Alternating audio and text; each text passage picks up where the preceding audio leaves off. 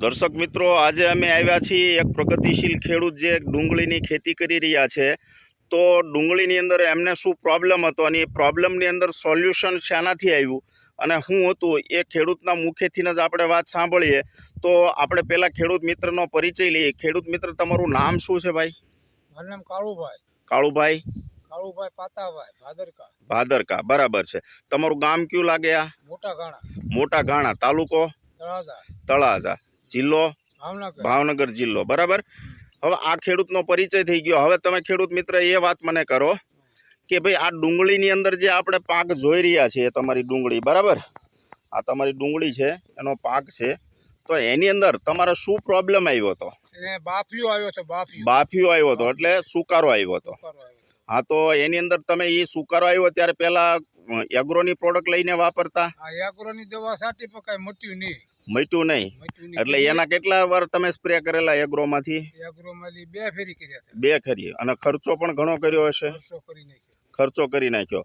તો પછી તમે જે અત્યારે અમારી નેટસફની પ્રોડક્ટ વાપરી છે, તો એ તમને કોણે જાણ કરીને કેવી રીતે મળી? એ અમે હું દવા લેતો તે અમારે ભાણો ના મારી ભેગો છો. આ જે બાજુમાં ઊભા છે, હા, એ મારો ભાણો છે. હા, એ તમારા ભાણિયા ભાઈ છે, બરાબર છે. મને કે મામા હું તમારે છે ડુંગળીમાં તે હું ભાણા બાફિયો જાતો ને બાફિયો શેકું. બરાબર. મને કે બાફિયો કેવો છે? તો મને કે બાફિયો તો બહુ છે. બરાબર, બહુ બાફિયો હતો. હા, તો મને કે તમે દવા રહેવા જો કે દવા કે મારી ડુંગળી જોઈ જાવ કે હું દવા સાટું. બરાબર છે. એમની ડુંગળી બાફિયો વહી ગયો તો એટલે તમને કીધું. હા, બરાબર. હા હા, જોઈ જાવ મારી ડુંગળી કે હા, બાફિયો મારે હંધો વહી ગયો. બરાબર. પછી મેં દવા લીધેલી, પાછી આપી દીધી. એગ્રોની દવા લીધી થી પાછી આપી દીધી. હા, પછી મેં એ ફોન કરાવ્યો મને. હા હા, મને કે હું ફોન કરી દઉં તમને. બરાબર. એ પર ફોન તમને કીધું. બરાબર છે.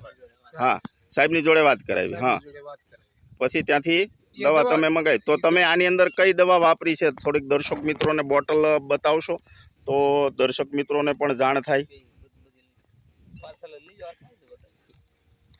હા,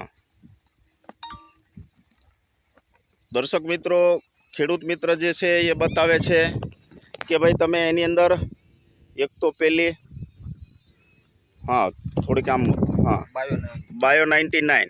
ત્યાર પછી બીજું શું હતું? વામ હતી, બરાબર છે, જે માઇક્રો રાજાનું કામ કરે અને મૂળ ફૂટાડવાનું કામ કરે. ત્યાર પછી એક રેપક ફૂગ માટેની છે, બરાબર છે.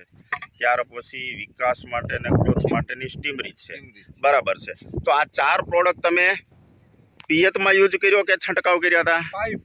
પિયતમાં આપ્યું હતું. કેટલી વાર આપ્યું? 2 ફેરી. 2 ફેરી પિયતમાં આપ્યું. તો તમે